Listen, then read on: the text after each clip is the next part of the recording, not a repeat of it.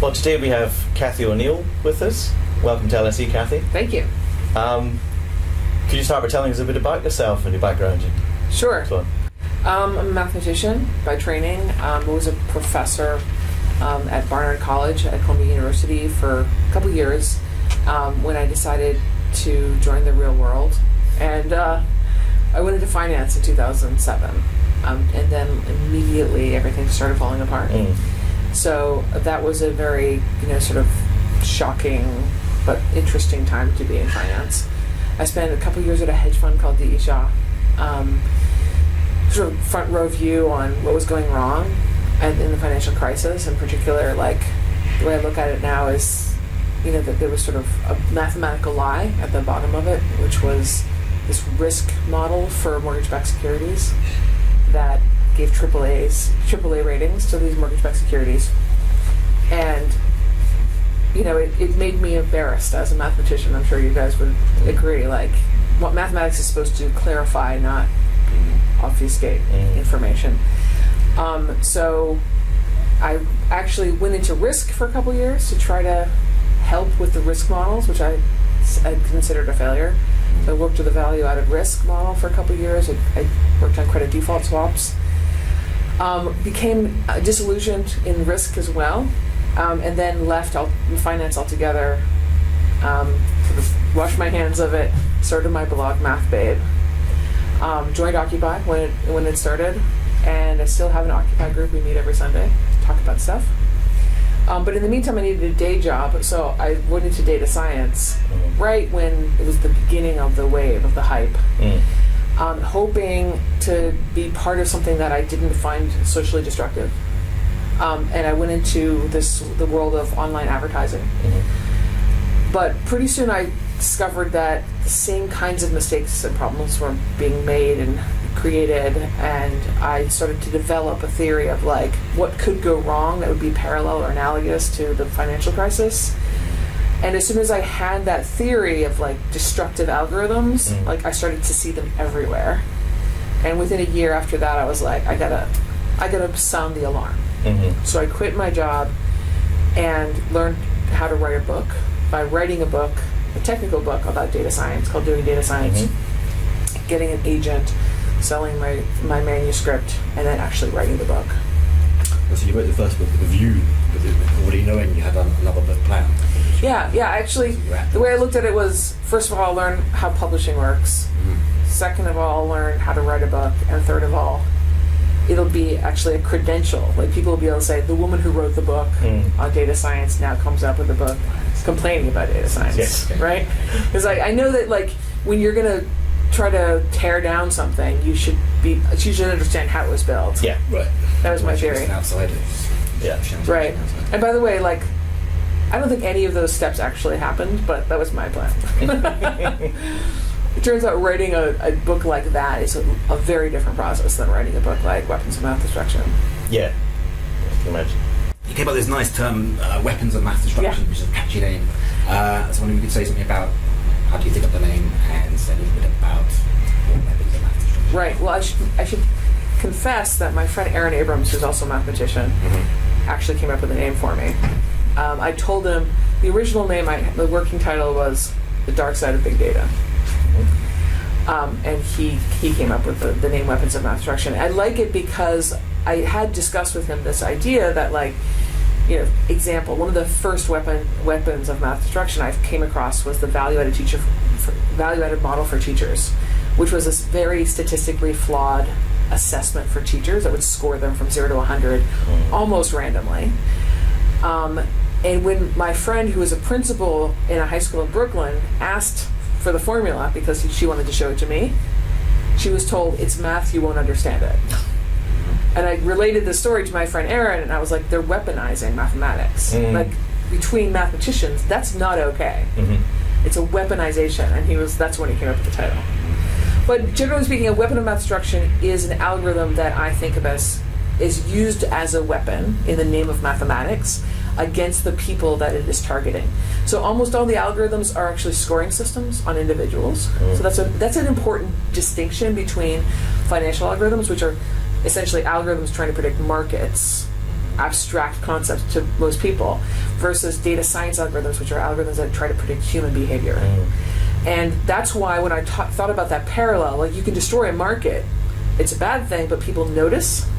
When you destroy people, it's obviously a very bad thing, but you might not notice. Because individuals lose out on their options for like whatever, the job they wanted to get, the credit card that I wanted to use, and they don't, there's no airplane crash where it's on the news. Yeah. Right? Yeah. It's just individuals isolated in their offices, in their homes, being rejected. Yeah. So it's algorithms that are widespread and important, so I wanted to focus on things that really matter to people, and they're secret. And as soon as you have those two, you're already like, uh-oh. If it's secret and it's making important decisions about a lot of people, it's not accountable, almost by destruction. So you include things like the university ranking systems and well, I do actually talk quite a bit in the third chapter or so about U.S. News and World Report college ranking. Yeah.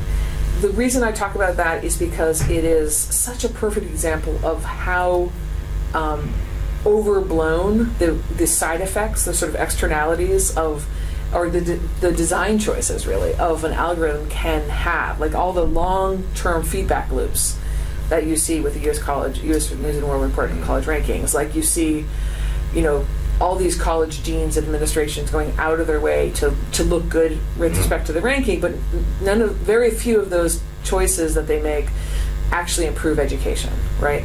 So I would argue that probably is a weapon of math destruction, but one of the interesting things about it is that we consumers of college, are the ones that are giving it its power. Whereas most of the weapons of math destruction, which are, again, important, secret, and destructive, most of those are given power by the people using them. Like there's a power arrangement, and usually it's like company has power over a worker, or company has power over a job applicant, or justice system has power over defendant. There's usually a power structure. That example is like, we imbue it with power by just trusting it too much. And so I feel like that, like we should get over that. And maybe we will. And that brings me to question about sort of incentives and unintended consequences. So even in a situation where the algorithm is not secret, something like teacher evaluation, if by student survey or college ranking by certain metrics, so everybody knows what the metric is and how the algorithm works, but nonetheless it can encourage behaviour that's not conducive to what the perceived purpose of the ranking is in the first place. I mean, you think of evaluation of individual college lecturers by student surveys, for example, something that's very important here, as in most other British universities. So it conflates student satisfaction with effectiveness of teaching, and the two things are not necessarily the same. Absolutely. And so, that can arguably encourage behaviour that's not conducive to student learning by not pushing the students far enough, by making the course too easy. People game things. Yeah. Now, does that sort of, we've not got the secrecy there, but does that fall into the sort of category of WMDs to some extent? Well, no, because by definition they're not secret. Right. So that wouldn't be a WMD, but it would be destructive. I mean, I'm not saying that all things that are not WMDs are okay. Okay. One of the things that sort of is inherently sort of more problematic about WMDs is that because we don't understand them, it's harder to argue against them. And I'm not saying that student evaluations is a good way of deciding whether a teacher is good, because I have my own experience with teaching a calculus class in the fall versus the spring, and just the different type of student that shows up for those two different classes. First are like, eager freshmen who really love math. Second is like, second semester seniors who failed this class 4 times and needed to graduate. Like there's very different attitudes. So I'd be the first person to say that's not okay for high stakes decisions. But the good news is, like, you can make that argument yourself as a professor, and actually professors are pretty good at making that argument. So I think there's just like there's a limit to how much power that will have. I see. Yeah, so you most of the time you're focusing very much on the negative side of the use of algorithms in decision making. Yeah. So presumably, I'm guessing you see that there are positive and negative sides, but people really understand largely the positive potential benefits. Well, yes, the Focus on marketing negative teams do side. that work for me. Yeah, I mean, usually overblown benefits. So, you know, and having said that, like, there's plenty of algorithms that I use daily and really appreciate. I'm not trying to, and I'm also not even trying to say we should stop using algorithms. So you're saying the stuff that you think needs to be said because other people aren't pointing Right. at the negative side. Right. I am that person in the room who's like willing to stand up and say this is not okay. And it's problematic. I mean, like I'm conflicted myself. You know, like I'll tell you what. This is a confession. My book was reviewed positively in Breitbart. Cool. That is not. That wasn't my goal. But you know. I guess it's kind of anti-establishment in some ways. Isn't it? Right. Would it be appeals to that? Well, see, that's not, of course, not how I see it. Right. What I see it is like I would like our data science to have science in it. Yeah. I would like you to give me evidence that this data science algorithm is working, rather than just tell me it works and expect me to blindly believe it. So my point would be twofold. I'd say, these aren't working the way you say, give me evidence. But the Breitbart review, if you look at it, says, hey, Cathy O'Neil says that algorithms don't work. And they don't go to that second step, right? Because their goal is to undermine people's trust. But that's not my goal. My goal is to actually have your trust founded on truth, on scientific evidence, and that's where I'm trying to get. And I think it's like a very basic demand, right? Show me evidence that this works if you're going to fire people. Yeah. But based on these scores, you'd be surprised how little accountability there is in the world of big data algorithms.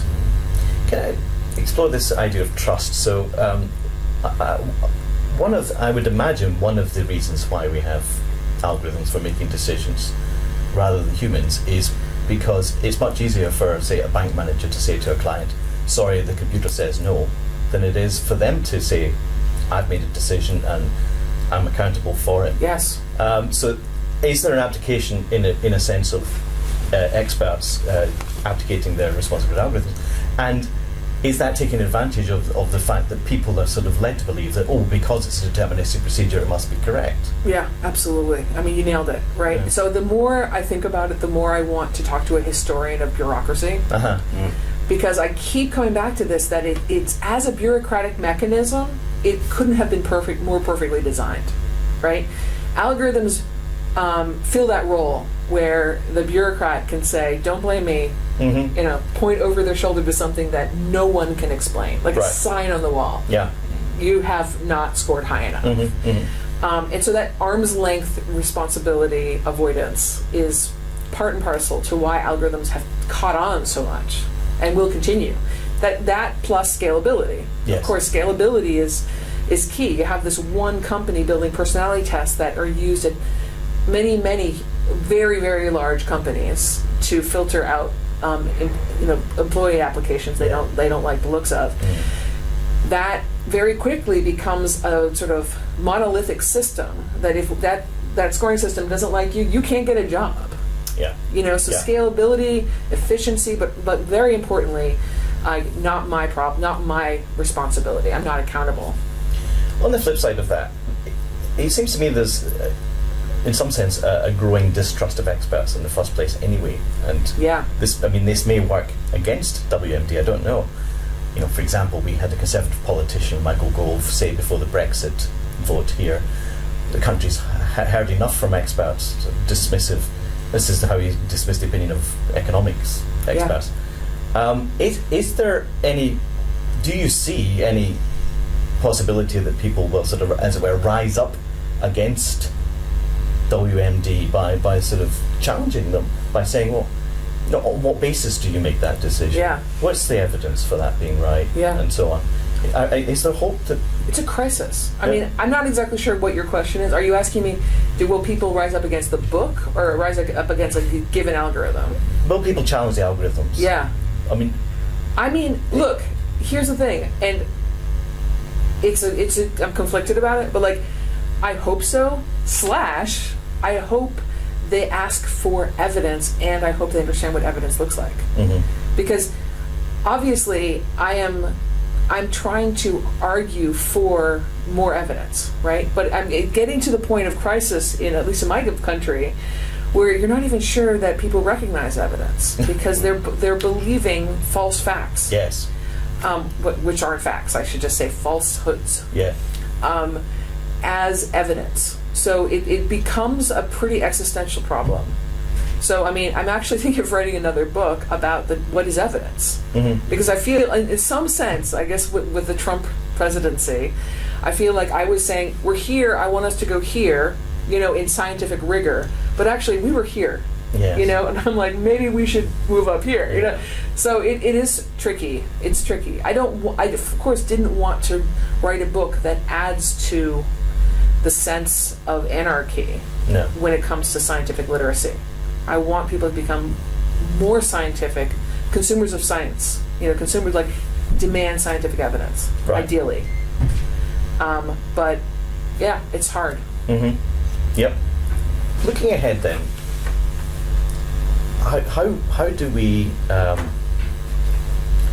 is there any way in which, talk about evidence, and is there any way in which algorithms can in the future be made adaptive and responsive through machine learning or something like this in a sensible way? I mean, I think you've made the point, I think, in your book and in some of the interviews I've had with you, that it doesn't quite work that way because we're learning from historical data, if we're learning at all in the development of algorithms. Take, for example, bank loans. An algorithm is not going to know that it's okay to lend money to people in a neighbourhood that was perceived to be one with a high default rate if it doesn't actually lend in the first place and observe that the money gets paid back. Yeah. So are we sort of stuck? Even when algorithms can claim to be adaptive, they're not getting the right feedback. Right.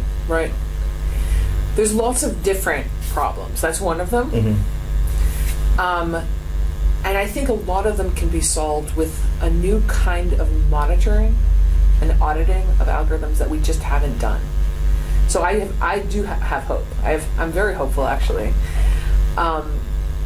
in the sense that, let's think about hiring algorithms. Mm-hmm. Right now, we have a proliferation of white-collar job resume algorithms. Like, what are the keywords on your resume? What's your experience? They're like a few steps beyond keyword searches, but they're algorithms that sort of filter applications. And I think it's safe to say that they, if they're based on historical data for who got hired in the past, then these algorithms have probably learned sort of sexist practices. Let's just say as a thought experiment, right?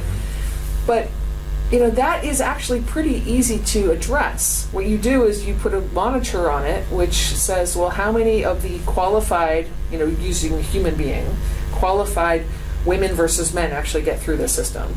And if you see that there's a bias, you can adjust. I mean, it's like not unsolvable. Right. So you're saying people aren't looking at these things? I think they are just trusting them. Yeah. I am actually guess what I'm saying is I'm not asking for perfection. I'm asking for can we double check that really obvious biases aren't getting through and just being propagated? Yeah. And I don't think we are checking, but we can start checking. It's quite surprising to me, given the level of checking we have to do in terms of men versus women and so on. Well, yeah, and that's what's interesting. And by the way, I don't think a coincidence that algorithms have less accountability than human processes. We have embraced algorithms as these objective, mathematical objects. And it's really easy for people to say, let's take this flawed human process and replace it with an algorithm, and then it becomes worse rather than better. Yeah, and it becomes unchallengeable. And and that's part of the problem with the complexity and opacity of it. But my theory is that you don't need to make the code transparent or something. That you need to establish a sort of ongoing monitor of the system, checking the outputs for aggregate statistics, like how many women, how many men, how many white people, to see, is this functioning in a way that we find reasonable? I mean, it's what we do when we make human decisions for university entrance, for example. University will monitor how many of its students are from what types of school, and exactly, and keep that under check. Yeah. So really, all I'm saying is we don't hold computer processes accountable the way we hold human processes, and that's silly. Yeah, indeed. So how do you enforce this? So how do you make sure the monitoring takes place? Well, the truth is, most of the things I talk about, because I insist on talking about things that are important, right? So usually they're regulated, actually. You know, there's laws about it. There's anti-discrimination laws about most of them, like hiring, credit, insurance. So really what I'm asking for is enforcement. And the problem right now is that there's no regulator that has the technological capacity to monitor algorithms, and they don't even know how to ask for what they need. Right. I feel like even if they just said, you guys have to do this check and show us the results, that would be a big step. Yeah. Because the university doesn't tell you how to do your checks, but you still have to do them, right? Yeah. Yeah. So that would be a sort of very easy approach. You mentioned earlier that you joined the finance sector at a particularly interesting time. Yeah. Mathematicians, we often hear, are to be blamed for the financial crisis because they had these really complicated ways of pricing financial products. Is that fair? I think it's absolutely fair to blame the people that were pretending that mortgage-backed securities were safe. Right. And they were mathematicians. They were mathematicians. Yes. They were working at S&P, Moody's, and Fitch. Right. And then there was an entire industry of people that knew that but didn't say anything. So when I hear people say that it was like a black swan event or whatever, it was like way out of ordinary for many, like nobody could have predicted this, bullshit. Like a lot of people predicted it. That's interesting because, I mean, the common, at least the impression I got at the time was that what went wrong was that these very complicated financial products, the derivatives, that nobody really understood except a very small group of mathematicians. And the problem was that non-mathematicians thought they understood them and didn't. But actually, you're saying it was worse than that. I mean, Moody's emails were going around like. So they knew. They knew. They said we would rate a cow. I think it was something like we would give a AAA rating to a cow. So they knew it, and people on the inside knew it.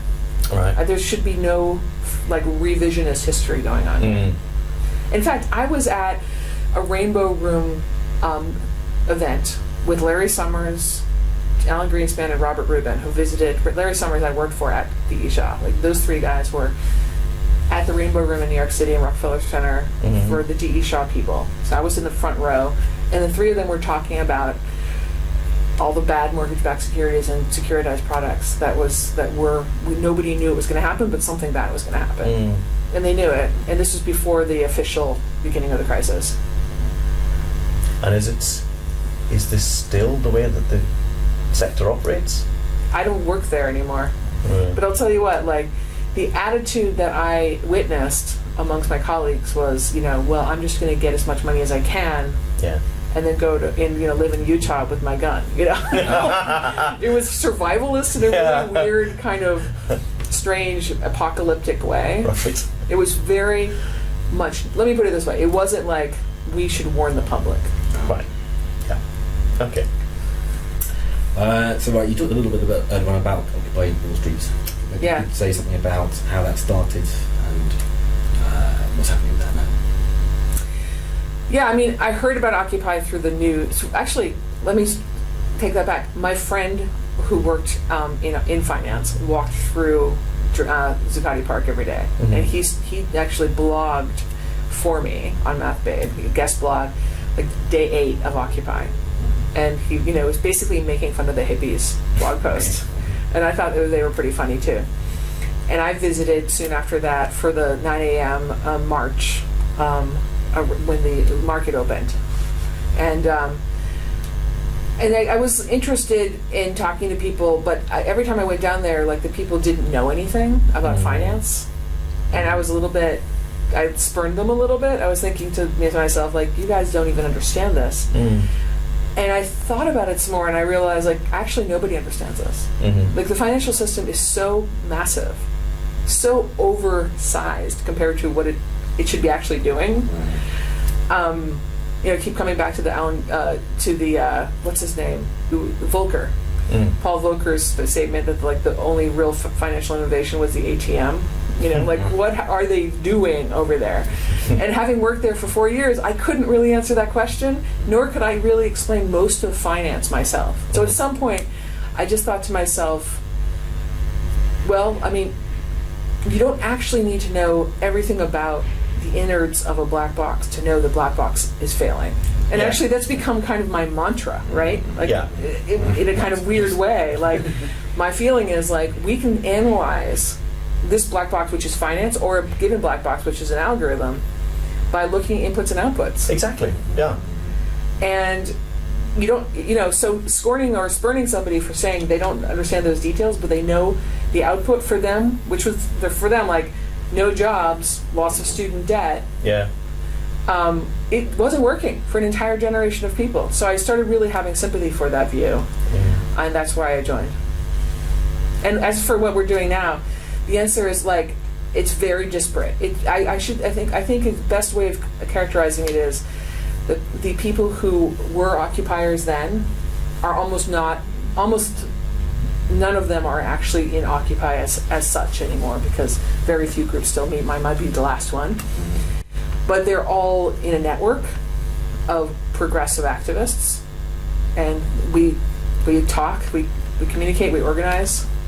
Many people are very active, on the left. I need more detail. So you're writing books. I'm writing books. That's my form of activism. I run the meetings on Sunday. I'm actually going to write a paper with the guy who's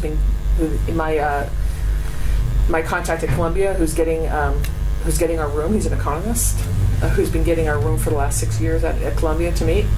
So we're talking about how to organize workers in various forms. Anyway, the point is that it's a group, it's a community. Is the best way of saying it. It's not necessarily Occupy anymore. Right. So the last question on the Washington Oscar. So we started this maths blog.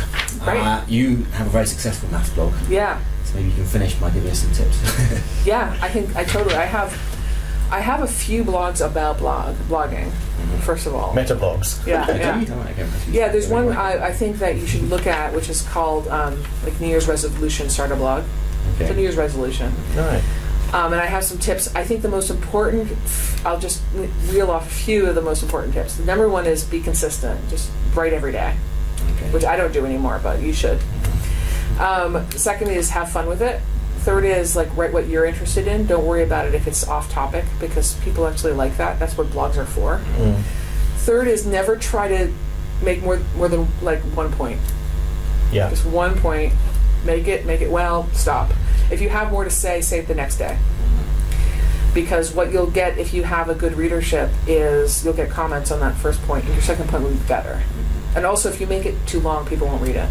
So how did you start attracting readers in the first place? You just started writing and hoped that people will come across the page? Yeah. I was lucky early on. I wrote a very popular blog post about how I hate math competitions. Which seems to be controversial. I hate them so much that I can't even believe that's controversial. Because I think math competitions are weed out women and nice men way too much.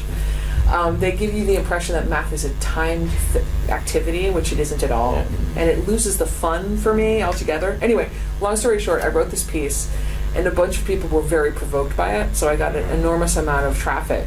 That might have been my, 20th blog post.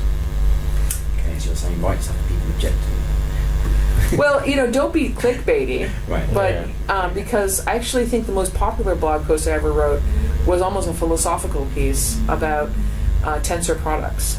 About how I learned how to live my life by being confused. And accepting my own confusion about tensor products. Right. Okay. Yeah. So I'm just saying that's fun too, right? Just write literally whatever. For a while I had a sex advice column on Math Babe, which I kind of miss. You can't have that at the bottom of the thing. I actually, when I say I sex don't know. advice, I was always asking people to ask me questions about their sex life, but most of it was about how do I become a data scientist. Yeah. Well, I think that's. So thank you very much, Cathy. Thanks for having me. Very, very good.